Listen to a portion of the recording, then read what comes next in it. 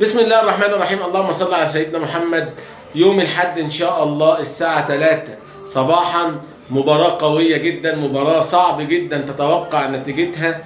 مباراة بين فريقين كبار جدا على مستوى العالم، فريق انتر ميامي الأمريكي، ويكفي بس الفريق انتر ميامي إن هو فيه ميسي اللي هو أعظم لاعب كرة قدم على مستوى العالم.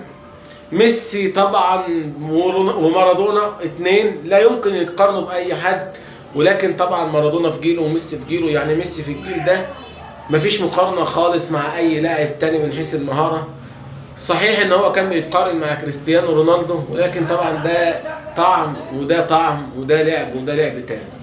الأهلي بعد ما عمل الصفقات القوية والمرعبة اللي عملها، طبعا تريزيجيه، زيزو، ديانج، حمدي فتحي، جراديشار، ووسام طبعا، وامام عاشور، وبن شرقي، تشكيله مرعبه وتشكيله قويه جدا تخلي اي فريق يعمل حساب للنادي الاهلي.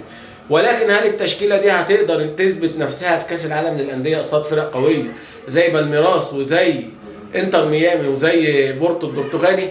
مباريات صعبه ومباريات تحديات قويه جدا. وشفنا لقاء الاهلي الودي قصاد فريق باتشوكا، وتعادل الاهلي قصاد فريق باتشوكا، وطبعا